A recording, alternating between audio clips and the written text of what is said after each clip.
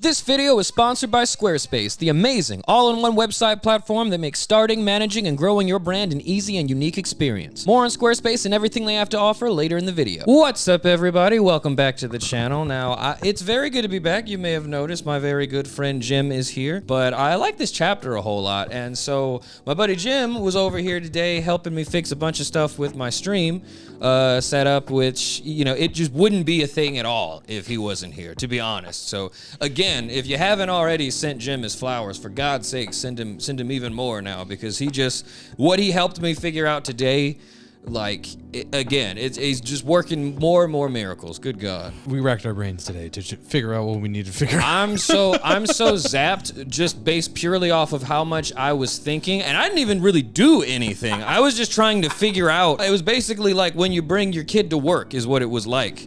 And I was just, the whole time I was like, I don't know, did we try unplugging it and plugging it back in? And I'm tired. I'm exhausted from that. But we finally we made a lot of progress. But today I really want to talk about the chapter. And luckily we're on a break, so I just thought I'd take this opportunity to go ahead and talk about how much I enjoy this chapter. So that's what we're gonna do. What chapter is this that we're on? What number? 1121, I believe. Good God. Yep, chapter 1121. Well, thank you for tuning in again to another episode of The Simpsons manga. So this is crazy. 1121. Right off the bat, I have to say, why was Oda so horny? Someone should have put him in horny jail before he... Don't get me wrong, I get it.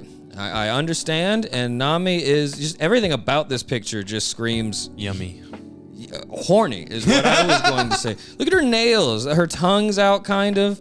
Sanji is me, by the way. Look at it. He's just on her thigh like, Nami-swan! Nami-swan! Luffy's dumbass hugging an ice cream like, you hot or whatever, but... Zoro's chopping a watermelon. What? Wait, what? I don't know how I missed that, but yeah. Why is he doing? All right, we'll just keep going. Okay, so the chapter starts off, it looks like, with Saint Saturn. He's still trying to stop the transmission, or now it looks like he's trying to just stop them from leaving, it looks like. Yeah, he's going after the Giants right now because he's trying to make sure that they're not going to be leaving the island. Sorry as hell. He's been on here. You know how many chapters Saint Saturn has been trying to do something and just nothing has worked? That mean glare that he doesn't really have a mean glare anymore. It's just kind of like, watch me do something. Yeah, exactly. I was never intimidated, but now especially I'm just like, you ain't gonna do shit. You ain't gonna do shit. So this is actually probably my favorite part in the chapter, and we get it. Well, maybe not my favorite. Like, it ends really, really hype. But I really like how we get a really emotional moment with Bonney and Luffy, and Bonney basically is just like, well, first of all, we get Luffy encouraging Bonney, like, that's it, you've got this. Like, more and more, it's like he's actually trying to, like, I feel like Mentor is still a bridge too far, but he's encouraging Bonney to be more free. And it's just like, again, how did he know that she could do this? Like, I'm not talking about like how the people were angry on Twitter, like, you know, how did, you know, this happen too fast? I'm asking, like, how did Luffy, like, with as dumb as he is, he was just like, yeah, I bet you can do this too because of your devil fruit. No, literally Luffy was like, well, why can't you go Gear 5? Like, I am convinced Luffy probably thinks anyone can do what he's doing. I don't think he's connected the dots. I don't think he knows what the hell Gear 5 is, because he is just, and the way he's just so nonchalantly encouraging Bonney to just mimic him is so funny. Good God. What is it that someone would want to do something? What is that called? What? Freedom? No. Will. When their will is that strong, if you believe in your will, what can happen? Yeah, but he's crazy. That my point. So, like, okay, sure. Yes, Jim. That is the point of all of One Piece. The problem with that is, okay, so he's just literally walking around like, you know what would be funny, and then it just happens. That's crazy. Oh my God. Long Ling, wrong land. What is the theory about that? Like, that was just a Joy Boy goof? Like, is that... I think I've seen that theory where it's like back in the past, Joy Boy was like, what if all these animals was just long-ass animals? Or like they had freedom and they did whatever. And their bodies did whatever. I know Oda's going to do something like that. That is going to be so funny. Because the entire... Long Land itself is so funny, and not just because of Foxy, but just getting to that island. As soon as you get to the island, you just immediately understand, okay, so no one's being oppressed, like... There's not going to be a plot line here, probably even. I think we're just goofing around, and then that's when Foxy shows up, and you're like, "Oh yeah, this is recess. We're just playing." Oh, I like that. We're still getting more of Vegapunk's dialogue that he's still not done with his whole thing. That just is more. I like it too, Jim, and you know why? Because it proves that those old men are so sorry that they couldn't have stopped this dialogue. Vegapunk has been talking for like 15 chapters, for God's sake, and they still can't stop this. Well, it was probably more than that because he was wasting time at the beginning just making coffee. They still couldn't figure it. So he literally was like, you know how much of a flex that is? Vegapunk was like, these old ass, watch them try to stop us. They're not going to stop us. And they didn't. Like, he's almost done with his speech. And even if he isn't, the world knows too much. Like a violent revolution is happening. But yeah, we get some more of Vegapunk still, like, you know, he says a day of reckoning is coming. So like, he's literally galvanizing the masses. And we get, he's still talking. And then he's talking about the rare races at this point too, which is freaking awesome because it's alluding to more of like other races, obviously other races that we've known of, but like there's more history. We get King. Hang on a second. Didn't King get captured by Green Bull? Yes. I mean, he was in jail anyway, but he got captured by Green Bull, so he must be in like Impel Down or something like that. Mm-hmm. And then we see Pudding, and then they're basically calling attention to like, you know, like different groups of people are oppressed. I really can't wait for Pudding to come back into the story. Like, I'm glad that she's like, I think she's Sanji's endgame. I think that's, what do you think about that? I like her too because like at first I felt like she was just like meh.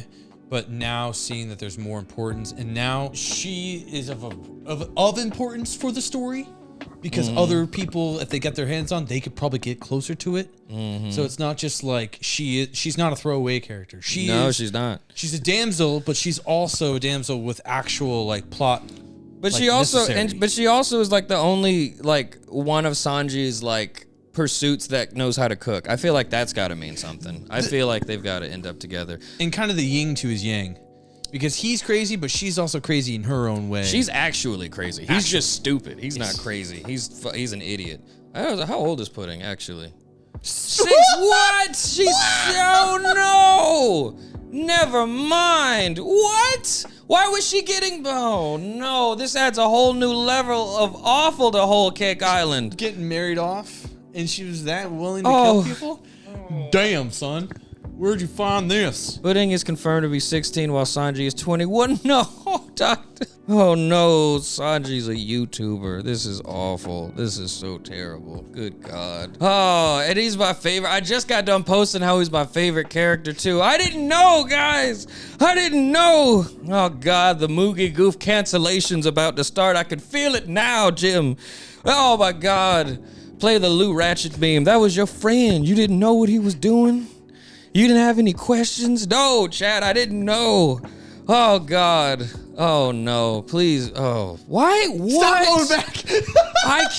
I can't believe this. But before we continue with the video, we need to talk about today's sponsor, which is Squarespace. An amazing platform that lets you refine your brand in a number of ways. And one of my absolute favorite things that Squarespace does is help you create your very own website. And this is because Squarespace's Blueprint AI is amazing. And when creating your very own website, you could get started with their drag and drop editor called Fluid Engine. And just by its drag and drop nature, it makes creating a website just as easy as it is unique. And even without Fluid Engine, all of the website templates that Squarespace offers are remarkably flexible, allowing you to choose between a ton of different categories like restaurants, technology, art, health and beauty, photography, music, gaming, jewelry, whatever you need. Squarespace has a website template ready for you. And you can even use Squarespace as your very own blog if you need to, sharing any photos, videos, or updates from your business whenever you need. And speaking of your business, Squarespace also offers flexible payment options for any transactions that need to take place. From credit cards, PayPal, or Apple Pay, or however your customers need to pay you, Squarespace makes sure that they can get it done, including the option to pay now or later. So if you are thinking about creating your very own website but find the process a little bit intimidating, please consider heading over to squarespace.com and getting started with a free trial. And when you're ready to launch, go to this link that's on the screen right now to receive 10% off your first purchase of a website or domain. A very special thank you to Squarespace for sponsoring this video, and an equally special thank you to you for watching this video. And with that, we are back to the show. I like the intensity that she's showing too. Yes, she is. She's really, well, she's crying, and I like that Luffy is not like overly joyful, but he's like, he's still like kind of, especially in this panel right here, he's still like pretty serious about the situation, and he's like, all right, that's it. Like, let's get this over with. But he's still smiling, and he's still like, happy so that Bonney can like, I like to think that that's, maybe it's not for Bonney, but it's allowing Bonney to keep believing and keep sustain her form, because she's clearly going through it when she delivers this very emotional panel. It's reaffirming her beliefs. Yes, exactly. And that this is what she should be and what she should be doing. But she's crying and she's remembering, like, and I love this panel. She's talking to Saint Salin, screaming at him like all she ever wanted was for the three of them to live in peace. That's Jenny, her mom, and Kuma. And it also shows like a panel where she doesn't even really remember her mom. That's so sad. That's so sad. She was a baby when she was taken from her. And she's just remembering all of the horrible things that Saint Saturn has said to her. And like, what is Kizaru doing, dude? Get the fuck up, Kizaru. It's not sucking all of the drama out of this scene, but I'm tired of seeing dots from One Piece characters, okay? And Kizaru is the one character right now you should be doing something, even if you... Oh my God. It could have been empty, but you put ... It could have been empty. Because he's got a thought. That's what I'm saying. They could have let us think he was just unconscious. He's just sitting there like, yeah, I'm laying here. I'm damn remorseful of my decisions. And I don't like what I've done on this island, but you're gonna have to. That's the subtext. Do you get it? Do you get the subtext? I'm remorseful. God, Veronica just get Vaughn, up. save me. Just get up. Oh my God. Real gods do exist, real heroes too, and there's a panel of Kuma, the real hero of Egghead Island, and really just so much of One Piece. Good God, I can't wait to redo Thriller Bark. Is hilarious. He doesn't have ... Who doesn't? Yeah, well. He should have a ... To be fair, he is a robot. So, but yeah, we don't know how much of Kuma is in there. I like to think this is going to be what Kuma needs to just finally let go, because it's like, I just feel like it's going to suck not all of the drama. I don't want Kuma to perish, but I do think narratively that would probably be the best thing to happen for really everybody, to be honest. Almost like a check block off his checklist, like the last one. Well, yeah, like he's fought enough, to be honest. And if this is his standard of life, like we've already said many times before, there's no going back. Like he can't come back as a person. But even if it's 1% of him still in there, it's fighting so hard for Bonney. I think that he just wants to know that Bonnie's okay. I think if there was a way if Oda does cheese us and give us like Kuma back completely, I think that kind of takes away from the sadness and obviously the sadness, but it takes away from the payoff of all of these things happening. So I hate saying that because I love Kuma so much and he deserves the world, but it kind of completes his arc though.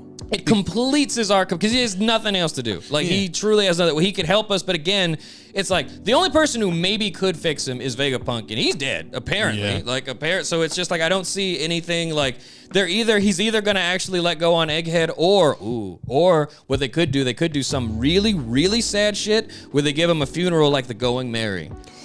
Oh my God, can you guys imagine that? Can you guys imagine that?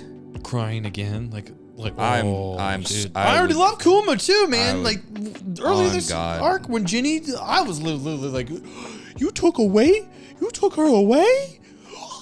It was so sad getting her side of some of the flashbacks where she just thought that her dad didn't want to talk to her for so long. Bro! Until finally she was like, oh, okay, so it's the world that's evil. And it's almost like, it's not almost, like that is so much better than her dad not wanting to talk to her. Like she doesn't think about how scary that is. She's just like, oh, thank God, it's just the whole world that hates me. Yeah, because not my dad. That's awesome. Because with her saying that, it's like, oh, her dad didn't have effort, but her dad gave all of the effort, more effort than he should have. Exactly what she says in this panel. I owe everything to those two. She's talking about Kuma and Jenny. I love this chapter so much, guys. Oh my God, this is such an emotional payoff. Kuma's like, thank you, Bonney. We're so glad you were born, which is such a like. And this panel right here, which obviously didn't happen. It's just Jenny and Kuma looking at Bonney when she's a baby, which couldn't have happened because, Jenny wasn't around. And so this is what she's imagining. This is who her parents are and what they've done, what would have been perfect, and what they've done for her. And I love her repeating Kuma's line, the last thing that she saw in his memories, which was him writing that letter, which was like, I'm so glad you were born. Thank you for being born. Because after she looked at all those memories, it's so easy for her to look at the circumstances of her existing and think of herself as only a burden to her father, like a burden to anyone who ever took her in. But Kuma made sure, for your 10th birthday, no, thank you so much for living. That's so beautiful. I love it so much. And then we get Saint Saturn's bitch ass. You insects. But then we get the probably is the best panel in the whole chapter. It's Luffy's dumbass coming back in like, all right, now you just wind it up like this. Father-son Kamehameha. They just father-son Kamehameha at the, oh my God. Bonnie's still crying, but I cannot wait for this to be animated. Oh my God. Dude. They are gonna go absolutely insane. This is one of the few times Gear 5 does not look wacky at all. It looks like this intimidating show of force. Ooh, so we get some more. So going on from there, so yeah, they wind up the mother of all attacks, and it looks like, I guess I'll just scroll down a little bit. It basically disintegrates Saint Saturn. It disintegrates his ass. In the middle of that, we get some panels from people we like and people we hate. We see Iceberg and all the people in Water 7. Can't wait to see them again. Iceberg's a really great character. We see Caesar, bitch-ass clown, arguing with... God. Like, that almost ruined my day, you doing that. That honestly hurt me a little bit. I like that floored my train of thought. This is like what happened at the Agenda Reverie where I just couldn't stop thinking about how sorry Green Bull was. You did that laugh and I was like, I hate him. I think I hate him. Oh, we got the giant robot. What's he doing though? What's he doing he's though? like almost He's about to explode, I bet. like hunched over. He's about to Android 16 explode. Today, there are certain individuals who can't be oppressed. Ooh, this is probably the best part of the chapter. So after you see Saint Saturn disintegrating, because he's a sorry old man. And then Vegapunk's like, today, there are certain individuals who can't be oppressed. Then you get Dory and Broggy cheering. You get Bonney crying, but still in Gear 5, so you know that there's still so much joy in her heart. And then you see Luffy laughing his dumb ass off. And he's just like, wow, we really sent him flying. Luffy's so like, he's the perfect mentor for someone who needs, like, he's really, what Luffy is doing for Bonney, like, honestly, no jokes, is what he has probably done for millions of people around the world. Like, one of the reasons that I love One Piece, and probably the reason why I think One Piece is, like, the best thing ever, like, and I love it so much personally, because one of the things that One Piece did through Luffy was help me look at serious situations and go, like, but it's kind of funny, right? Like, we can, like, laugh at this, and then also we're gonna get through it, and also you're stronger than you think you are. Like, One Piece it's probably not the only media to do this, but to me, in every story that I've ever read, it is the only thing that has motivated me to believe in myself. Embolden myself to actually do it. There's so many other stories that, like, their lesson is you can do it, and it's a great lesson, but you still kind of want to, like, look for more escapes, like look for like a movie or a good video game, or look for reasons to not make yourself the main character of your story. One Piece is the only show to make me go like, okay, I can do it. And that's what Luffy does to everybody that he meets. So, but this feels just extra important because of everything that Bonnie's went through and the importance, like she's still just a kid. So like she could go down, there was a timeline probably where she could have ended up like an edgy asshole like Sasuke maybe. Like she's been through a lot. Like or Captain Mid.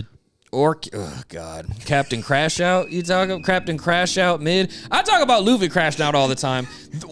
Kid crashed the fuck out. There was truly, he pulled up on Shanks and he was like, and they were like, all right, well, we might not get away with just losing an arm this time if we lose. And Kid's like, yeah, but that's if I lose, right? And as soon as I saw that panel, guys, I was like, he's gonna get one-shotted. He's gonna get dogged on. Low dip. I knew it when I saw it. I don't know if I mentioned it in my chapter review, but I just knew it, guys. I knew it. I knew it was finished.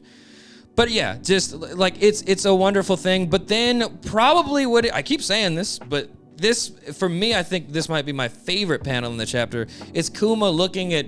It's like he has a little smirk. Like he's just kind of... It is. Almost like he's just like, I'm proud. Like all of his humanity went into that little smirk, and he's looking at Bonney and Luffy, or maybe just Bonney, and he's just like, wow, you know, I don't know what level of thought is going on in his head, but whatever it is, it reached him enough for him to be like, to smile a little bit. That's so awesome. Which also will probably be more announced in the anime. Oh, we'll probably get way more context. I'm gonna cry when this episode comes out. That is for sure. But then we get some more funny stuff. Dorian and Braga look up like, is that your ship in the sky? And then it's the Sunny, and Usopp and Chopper are the only ones just like, we're all gonna die, we're falling from Egghead. Jinbei's still, I love Jinbei so much, he's still holding the helm like, all right, yeah, we're in the air, but when we land, I'm gonna drive this shit, I swear to God. I'm gonna land to the left. I swear I'm gonna land to the left, I got it. Jinbei is so just like, God, I could have just retired as a warlord, I didn't have to do any of this. I had so much growth. I was the leader of the Sun Pirates, and now I'm flying through the air. I left one Yonko to join another Yonko. Now I'm flying out of the sky. Crazy. Chopper's holding on for dear life. Nobody cares about anybody when they're falling from the fucking sky. They do it so often. It's so funny. We get the next shot we get is Rayleigh at his bar with Shocky. You know what? I am jealous, okay? Because Rayleigh really scored. He's got a bartender girlfriend, and he doesn't do anything but get hammered. At the bar. And hammered at the bar and pass out, and then his wife just comes over and is like, come on, you'll catch a cold, baby. Let me and just puts put this coat on top of your other coat.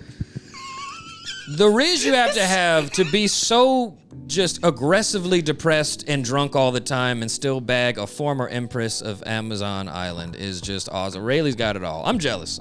But he, I hope we see more of Rayleigh, which I imagine we have to, because we got to see more about Roger. We got to see God Valley go crazy. That's what I'm looking forward to the most, dude. God Valley? Are you kidding me? What happened there? For one thing, they teased that, and then we went back to Egghead, and I was so upset. I was so angry. What happened that we don't know?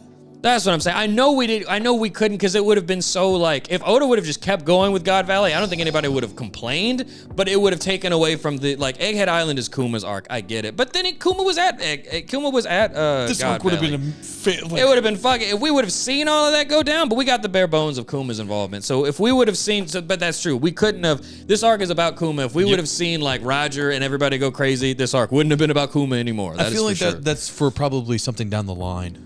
It's going to probably be tailored to that. It's going to have to be something ridiculous, honestly. But going on with the chapter, we go to Cross Guild, and Mihawk and Crocodile are still just so displeased. Like, they got to follow. Like, this is what they created, basically, and that's so ridiculous. This is such a sorry excuse for an existence.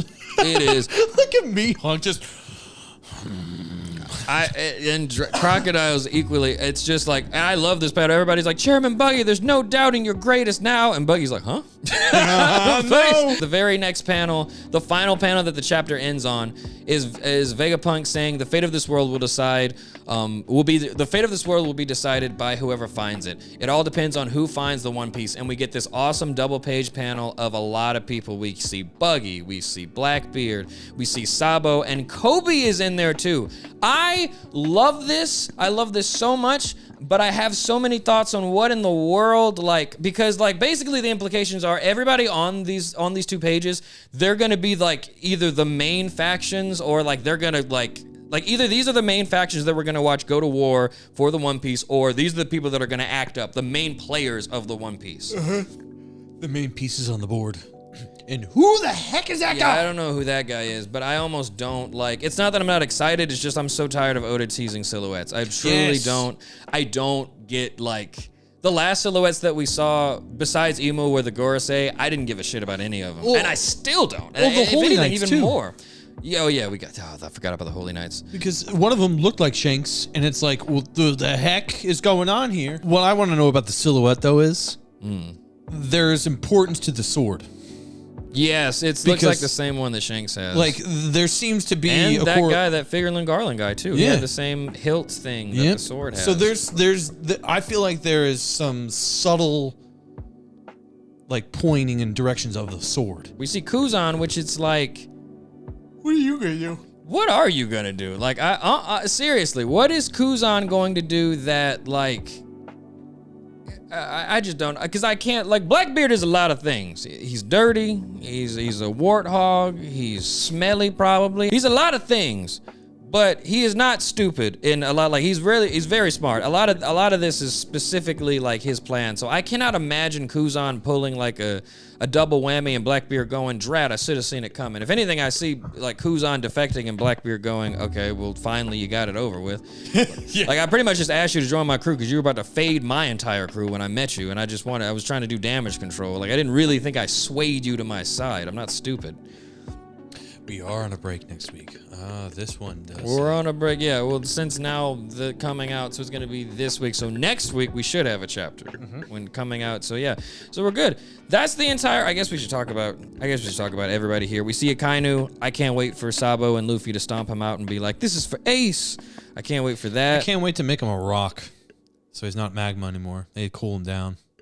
Is that like what happens when you? What happens with magma? He's just oh, that's true. Like, well, but if that's true, then like Kuzan, why didn't he do that? They're Punk Hazard. True. Actually, that's the only thing you needed to say. That's true. Punk Hazard. Yeah, I get it. We see St. Figurlin Garling, which who's gonna fight him? If St. Figurlin Garling fights Dragon, I'm gonna be so upset because that means that Dragon's only thing that he was here to do was beat up old men, which we've been doing for like 18 chapters straight on Egghead. But yeah, that is the chapter. I truly cannot wait for the next chapter. I loved this chapter so much that I cannot decide on my favorite panel, I guess. I really can't. Like, it's almost like taking my words away every time I try to decide. But I love this double panel of everybody here that's going to be a main contender for the One Piece. I love the panel of Kuma smirking when he's looking at Bonney being in Gear 5, finally free after everything that she's been through. I love the double punch, the father-son Kamehameha that Luffy and Bonney do. I just love it all. I would say if I had to pick an MVP for this chapter, I'm going to go ahead and give it to Bonney, in my opinion. Bonney, I would. I was going to say Kuma, but True. I guess that was going to be off no basis from this chapter, so I would have to give it to Bonney. Like, Bonney did... Like, she had some great lines in this chapter, and like all of her the attack that she did, like everything that she said. It's a big character development moment for her. Yeah, and I think she needed to say this and do that to Saint Saturn too, the person who in her mind might be like the sole cause of all of this. So for her family and everything. Exactly. I will also say this too about the last few chapters. I feel like a lot of these chapters have been good snowballs.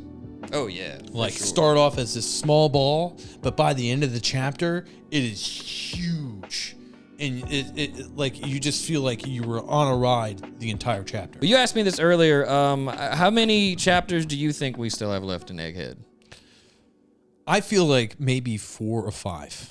That's what I was gonna say. Like, I feel like at minimum. No more than 10 for me. I would say I'm comfortable with 4 or 5. But it's like there's literally the Iron Giant's about to explode, presumably. Like, we're pretty much off Egghead Island. Saint Saturn's been disintegrated. Adam Sandler has all but given up hope, laying on the ground. We've done everything. Kuma's got to see his daughter free. Like, we can leave now, Oda. We can. If there's more in store, obviously I'm in for it. Like, that just means there's more things to wrap up. But like, I think we can leave. Residual things of like what's happening there, but I feel like we're going to be like in between soon. I was about to say nothing that I truly care about. Like, we don't know what's going on with Stussy and Lucci and Kaku, and it's like I care about Stussy and Kaku. I don't much give a damn about what Lucci's up to though. But yeah, that's about it. Let me know what you guys thought about the chapter. Let me know who you guys think the MVP of this chapter. Like we said, we believe it to be Bonney. Don't forget to check out Jim's channel. Again, without him, absolutely nothing that I have been accomplishing would be possible. Make sure you tell him thank you. Head over to his channel, give him a big old hug, tell him how much he's awesome. Love you guys. Thank you so much for watching. Thank you for being interested, and I cannot wait to see you in the next one. Bye, guys. Ah!